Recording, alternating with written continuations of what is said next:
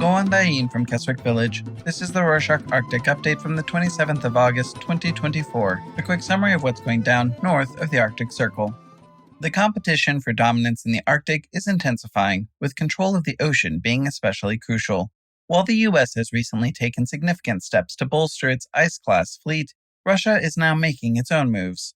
On Monday the 19th, during a visit to Murmansk, Russia's Arctic capital, presidential aide Nikolai Patrushev conveyed President Putin's plans to strengthen Russia's military presence in the region.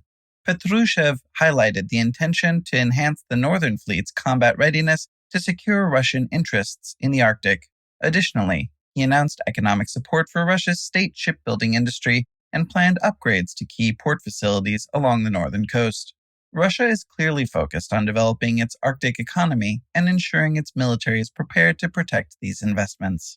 Those economic plans might remain in the planning stage for many years, though. The Russian news agency RBC Media reported on Thursday the 22nd that the expansion of the Arctic LNG-2 project, intended to vastly increase Russia's energy capabilities, has been delayed by the operator Novatek until 2028. The delay is reportedly due to international sanctions that prevent Novatek from hiring gas carriers to export their natural gas. Making matters worse for Russia is that on Friday the 23rd, the U.S. State Department confirmed a new round of sanctions targeting a wide range of businesses across the country, including the LNG-2 project. Russia has been employing an unregistered dark fleet to circumvent these sanctions, but the country won't be able to achieve real growth until the sanctions are lifted. The U.S.'s plans aren't going well either, since a congressional report released on Thursday the 22nd detailed how the country's program to build a new fleet of icebreakers is seriously delayed and over budget. The report states that the U.S. Coast Guard's Polar Security Cutter program now costs over $5 billion, 60% more than originally estimated, and the completion date has been pushed back to 2029 from the original date of 2024. The program began in 2019, but no physical construction work has taken place yet, with the design plans being only 60% complete. Despite this, the Coast Guard leadership continues to express confidence that the construction will begin before the end of the year. Control of the Arctic has been contested beyond the countries that lie in the Arctic Circle. China is slowly gaining influence and power in the far north. On Tuesday the 20th, the shipping news agency G-Captain reported that China's newest icebreaker reached the Alaskan coast this week. China now has, for the first time, 3 icebreaker vessels active in the Arctic Circle. With both of the U.S. icebreakers currently undergoing repairs on land, Russia operating over 40, and now China building new ice-class ships quickly, the West has a long way to go before it can challenge the China-Russia alliance in the sea. Protecting the Arctic from military incursions is high on the agenda of Europe's concerns. To prepare for this, on Monday the 26th, the Icelandic government confirmed that the military exercise Northern Viking 2024 began in the country. The week-long annual exercise brings together military forces from the United States, Denmark, France, the Netherlands, Norway, Poland, and Portugal in Iceland. In the Icelandic government's press release, they confirmed the forces are focusing on securing the gap of ocean between Iceland, Greenland, and the UK. About 1,200 participants from the international militaries and local Icelandic agencies are expected as they practice responding to threats in Europe's Arctic. A parallel to the economic and military development of the Arctic Ocean is the collapse of its environment.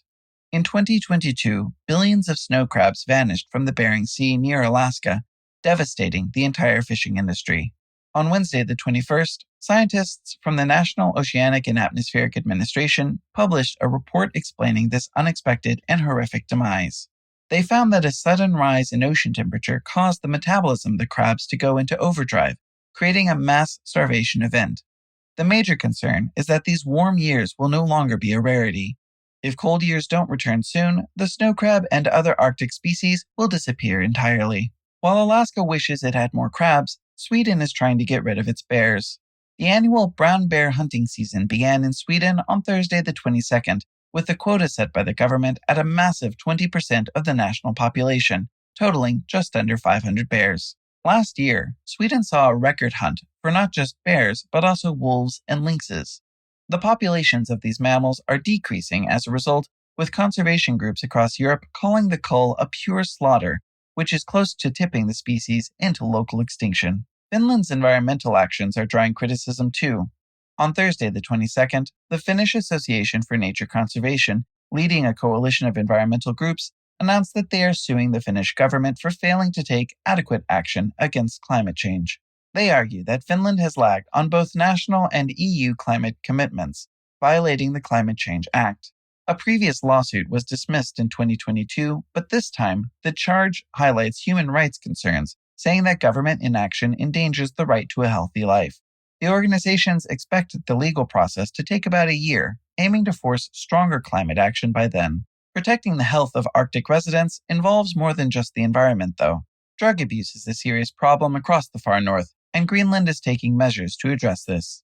On Monday the 19th, Greenlandic and Danish tax authorities released a joint statement with measures to fight against the black market of drug smuggling from Denmark to Greenland. The two nations will now share all relevant data, technology, and expertise in order to create a more seamless border control and stem the flow of illegal drugs into Greenland. As Greenland worries about problems to the south, Norway looks to the skies.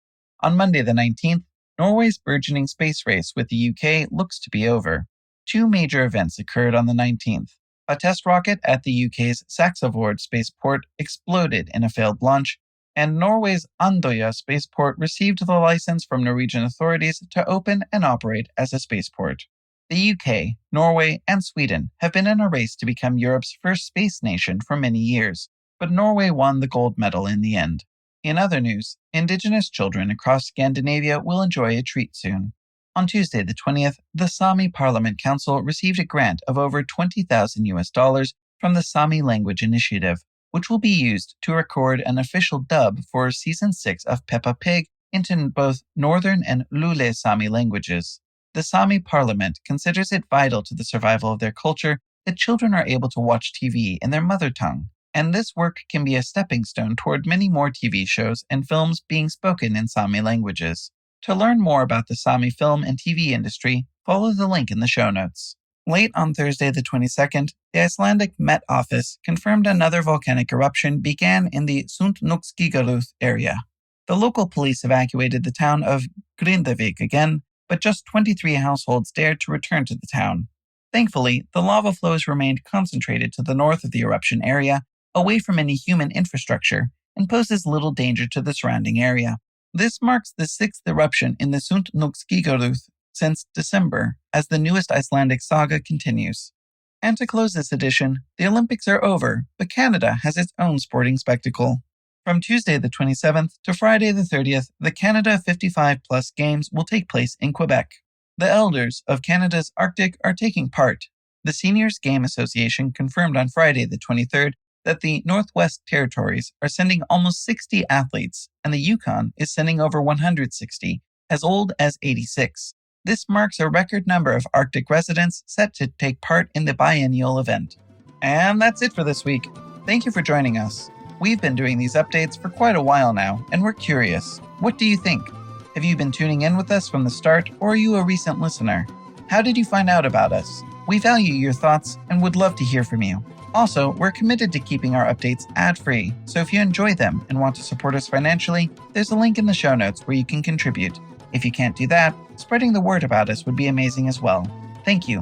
Ha det.